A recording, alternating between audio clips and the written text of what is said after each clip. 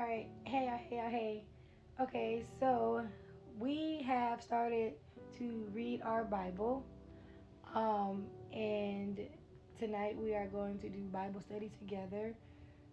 Because of our schedules and how they fluctuate, we never get a chance to really sit down and read it together. So today will be the start of um, our first Bible study. And we are going to do Genesis uh, 19, Chapter 19, verse 30. Yep. All right, so I'm ready when you are.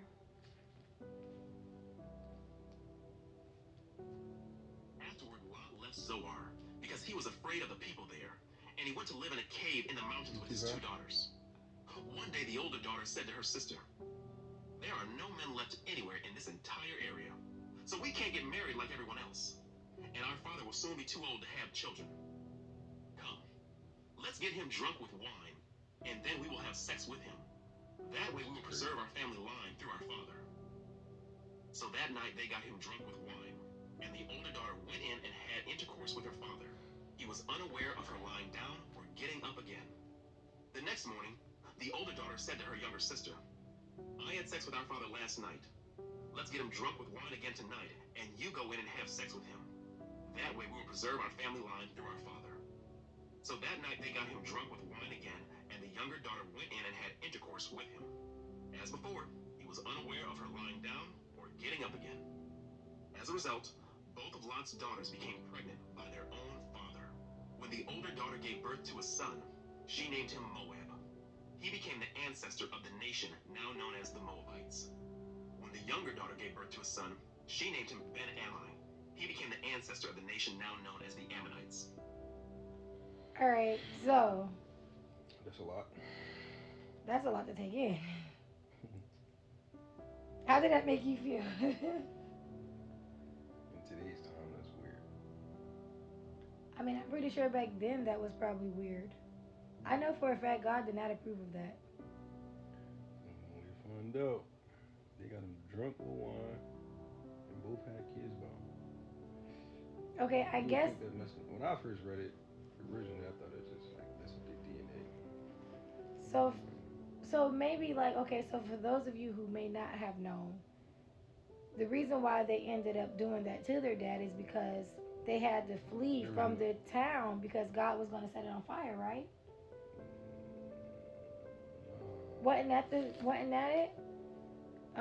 Then the Lord rained down fire, yeah, on Sodom, yeah. Yeah. Rained down fire, and He sent him away. He sent them away. Yeah, he destroyed the cities and villages. Right. So Wiping out the people. I guess kind of like to try to like help the situation or whatever. The daughters thought that well, it's only us. Keep the human race going, basically. Yeah. I mean, but they could have went to the next city, right? I would have. Right. I mean, who am I to judge? I mean, but reading about like me reading the Bible because I am a little bit like into Genesis more than him. I'm almost done with the whole. We have 50%. It's okay. I'm almost done with the whole book of Genesis. So, like once you read more, like you're gonna realize that a lot of the stuff that they have been doing that you read so far is like okay back then. Not with God, but like it was okay with the people. So yeah, like it was okay with the people. People would not approve of that today. No. But I mean, I guess they had to save the human race in their eyes, but the human race wasn't nowhere near over. Yeah, like they believed in like keeping it in the family. So like my dad would send me away to the city I was born, and I'm supposed to like find my family and sleep with I don't know my uncle or one of my first cousins or my granddad or something to keep the like family line going. But I mean, at the same time, at the beginning of Genesis, God had to be cool with it because it only started with two people. Mm-hmm. So that might have been cool back then.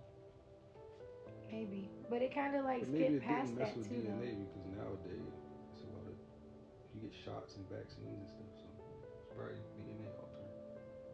Maybe. I don't know. I just know that a lot of things can happen to you if you sleep with your relatives. Like a lot of like mental health problems and deformities. Yeah, that's probably from today's stuff, vaccines and what's in the air and all that stuff. I mean, but then again, they probably had the blessing of God to do all that stuff. Yeah, we just gotta 'Cause keep you gotta reading. be fruitful and multiply. Right. But yeah, okay, so we read again, that was Genesis 19:30, 30 through 38. Yep. Abraham deceives Abimelech. Abraham moved south to the Negev and lived for a while between Kadesh and Shur, and then he moved on to Gerar. While living there as a foreigner, Abraham introduced his wife Sarah by saying, "She is my sister." So King Abimelech of Gerar sent for Sarah and had her brought to him at his palace. But that night God came to Abimelech in a dream and told him, "You are a dead man, for that woman you have taken is already married."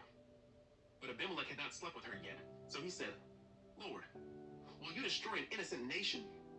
Didn't Abraham tell me she is my sister?" And she herself said, "Yes, he is my brother. I acted in complete innocence. My hands are clean." In the dream, God responded, "Yes, I know you are innocent. That's why I kept you from sinning against me, and why I did not let you touch her. Now return the woman to her husband, and he will pray for you, for he is a prophet. Then you will live. But if you don't return her to him, you can be sure that you and all your people will die." Okay. So what you think? I don't know how to take that. I don't know. Okay, let's kind of break it down like piece by piece.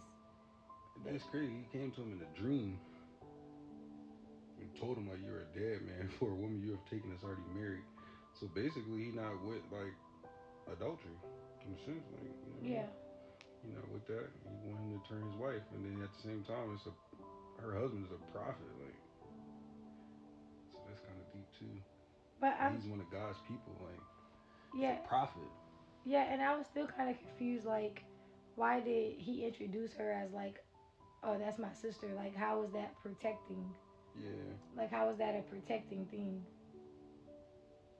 Like, I feel like I would be more protected if you was to say like, this is my wife. Like, you know. Yeah. Versus, oh, this is my sister, because your sister is kind of like up for grabs at that point, right? Or no? Yeah.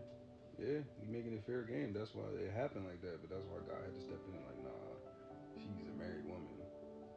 Came to him in his dream, like, nah, she's a married woman. Like, don't do that. I don't know why he lied and said that's his sister. Yeah, that part kind of confused me. I didn't get that either. That's what I'm saying. Like, that was kind of weird. But he was just basically saying like he ain't do nothing with her yet. So like, why? He's questioning God. Like, I ain't do nothing with her. So why? You know what I mean? Like. Because the intentions. Yeah, but I know your intentions, basically. I know your intentions behind it. I know what you're looking for. But at the same time, it's like, I wouldn't really, the way he introduced her is weird, though. I would never introduce you as my sister. I know we joke, but. Yeah, no, I'm serious. Like, oh, that's my sis. So that makes a man, but okay, well, you ain't gonna say nothing because that's your sister. I mean, or it could be like a respect thing if I be like, oh, this is my sister. Like, I could see it like that. Like, well, I guess if you're friends, like, you wouldn't want your best friend talking to your sister.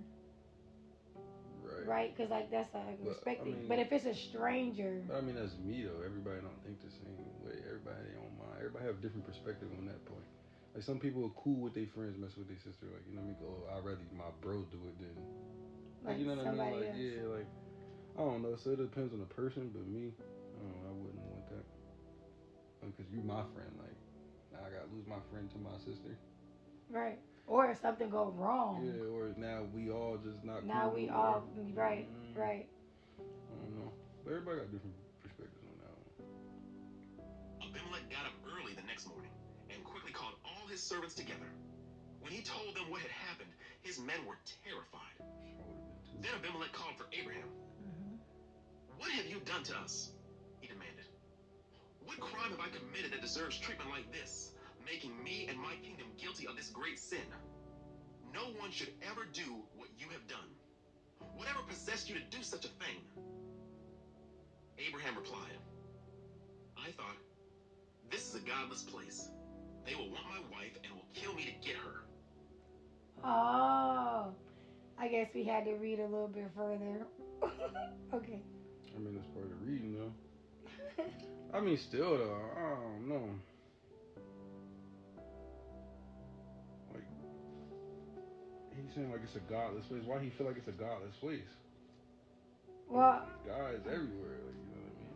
Like, well, because a lot of people were sinning. Maybe A lot of people don't sinning. Don't represent God, don't put on for God, don't. Right, and that's why he set that fire, because a lot of rapes and a lot of robberies and stuff like that, too much going on. So maybe that's why he felt like it was a godless place. So, but at the same time, I just feel like that was kind of selfish in a sense, because he didn't want to die for people to get his wife. He wasn't willing to die behind his wife, is how I took it. Like, you know what I mean? Like, he wasn't willing, I don't know, he wasn't willing to stand front line. He'd rather be like, oh, this is my sister, so they don't mess with him or kill him. But it's like, that's your wife.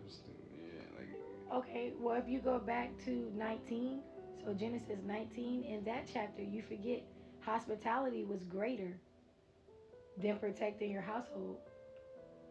Like, hospitality was greater for protecting your guests and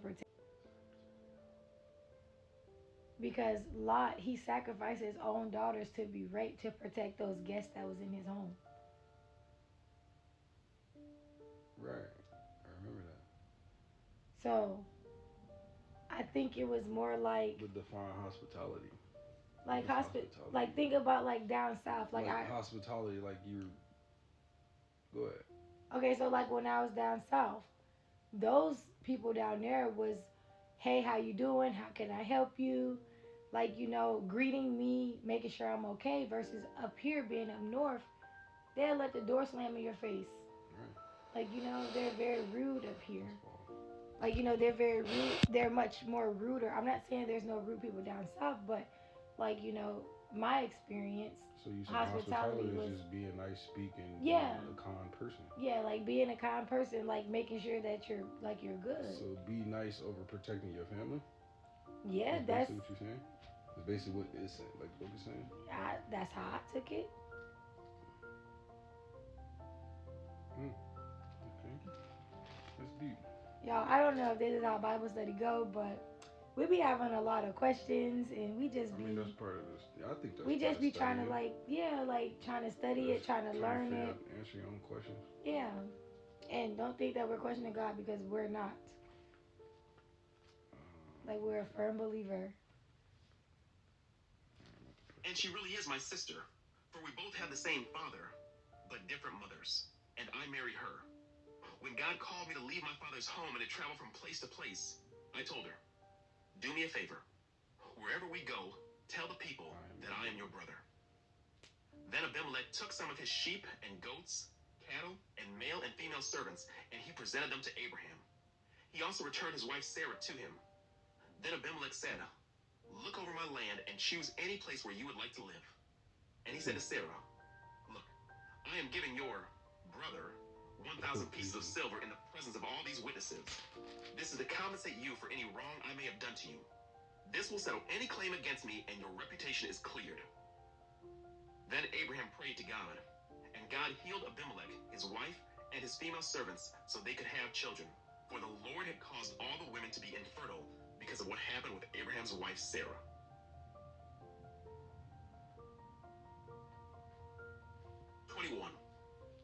The birth of Isaac. The Lord kept his word and did for Sarah exactly what he had promised. She became pregnant, and she gave birth to a son for Abraham in his old age. This happened at just the time God had said it would. And Abraham named their son Isaac. 8 days after Isaac was born, And Sarah declared, God has brought me laughter. All who hear about this will laugh with me. Who would have said to Abraham that Sarah would nurse a baby? Yet I have given Abraham a son in his old age. Hagar and Ishmael are sent away. When Isaac grew up and was about to be weaned, Abraham prepared a huge feast to celebrate the occasion. But Sarah saw Ishmael, the son of Abraham, and her Egyptian servant Hagar, making fun of her son Isaac. So she turned to Abraham and demanded, "Get rid of that slave woman and her son. He is not going to share the inheritance with my son Isaac. I won't have it." This upset Abraham very much because Ishmael was his son. But God told Abraham, "Do not be upset over the boy and your servant. Do whatever Sarah tells you, for Isaac is the son through whom your descendants will be counted.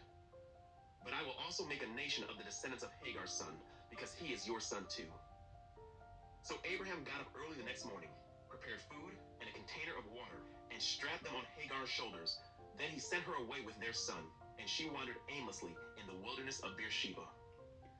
When the water was gone, she put the boy in the shade of a bush.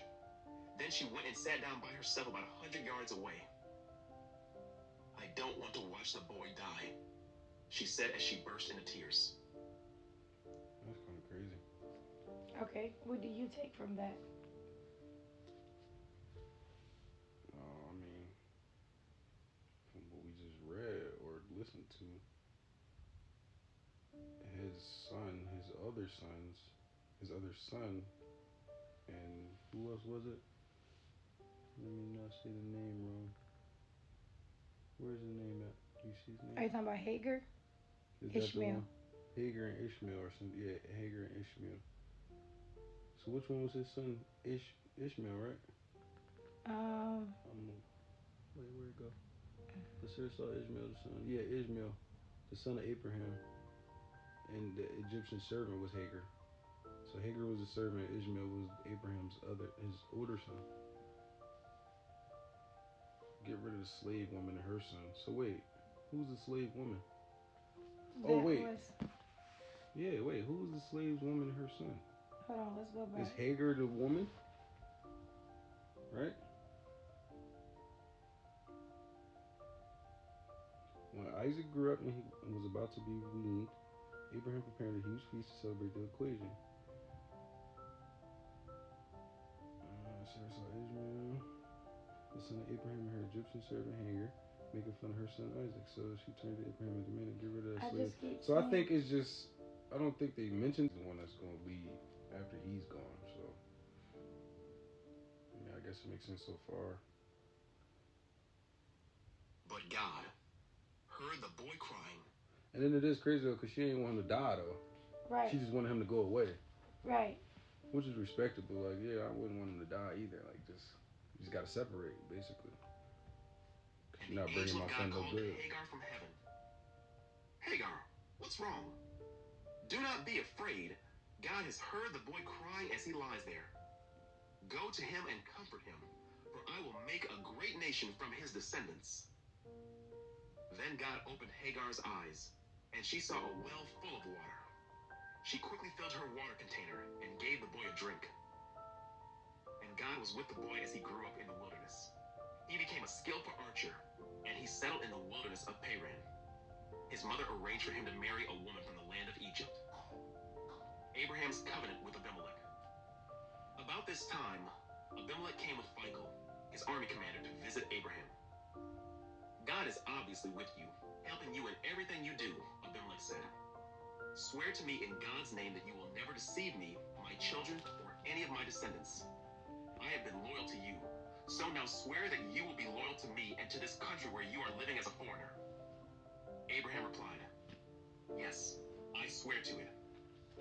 Then Abraham complained to Abimelech about a well that Abimelech's servants had taken by force from Abraham's servants. "This is the first I've heard of it," Abimelech answered. "I have no idea who was responsible. You have never complained about this before."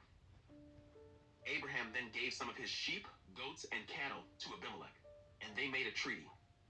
But Abraham also took 7 additional female lambs and set them off by themselves. Abimelech asked, "Why have you set these 7 apart from the others?"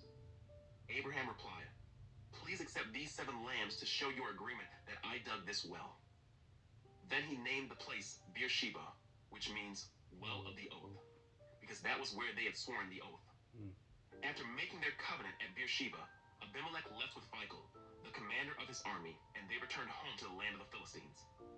Then Abraham planted a tamarisk tree at Beersheba, and there he worshipped the Lord, the eternal God.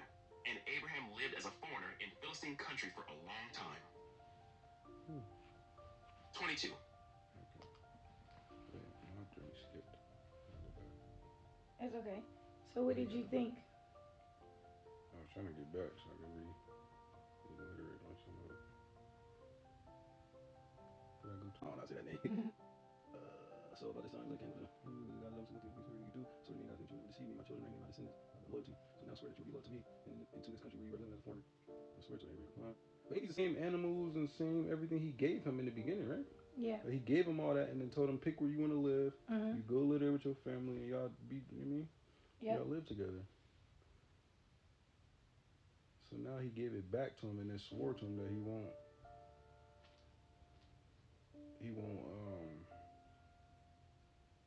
deceive him. He would never deceive him or his children or any of his descendants.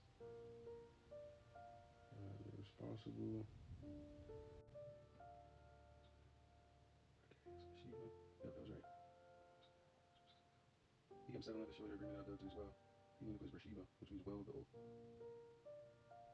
Who was this guy? He mentioned that. Michael. Franco, the commander of his army. He returned to Abraham. If I'm being honest, I don't know if I'm just becoming like too sleepy to understand, but I think No, sometimes you gotta read. I need some rest. I think sometimes when I read it, I be having to read something over a couple of times. Like Yeah, just to understand it. And you know what, babe? I actually like use ChatGPT too. Like when I don't understand something, like I'll just ask like to summarize, like you know, like make it more clear for me, cause. But I mean, a lot didn't happen in this part. It was just like an oath, like okay, you can live here, but just don't deceive me and my people. That's really all it was. It wasn't like a lot. I'm not really lost, but it's like at the same, it's just a lot of words just sum up one thing. So sum up one thing, right? And that's what that's where you get confused. That's where I get confused at, because it'd be a lot of words and it'd be like it's really one meaning behind it. Right. Because there wasn't like a lot. He didn't say nothing really wrong. They made an oath. They named that town that basically after the oath. Yeah. So now they remember like this is where we made this oath at. Yeah. So I mean he's making out good, because it started out bad for him. He came to the town, told him, "Oh, this is my sister," because he was scared they was gonna kill him.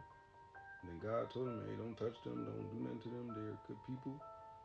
And then they accepted him. They apologized. They gave him silver. They gave him animal. They gave him land and the home and loyal to the oath. So yeah, I mean, it wasn't a lot to be confused about. God stepped in like, "Hey, these are my people." And this, y'all, is why I like having Bible study. Because when I'm by myself, I get on YouTube and I have it read it to me, and it's in simple terms. Yeah, and I take notes. I'm normally taking notes, but like this one, you can take notes, highlight. You can do all that stuff, yeah. Yep, I take notes. But you guys, okay, so that was Genesis 19:30, all the way through Genesis 22. We stopped at 22. Yep. So thanks for having Bible study with us. I'm getting sleepy, babe. I'm ready to lay down. Me too. Yes, we gotta work in orientation and all types of stuff tomorrow. So have a good night, y'all. Bye.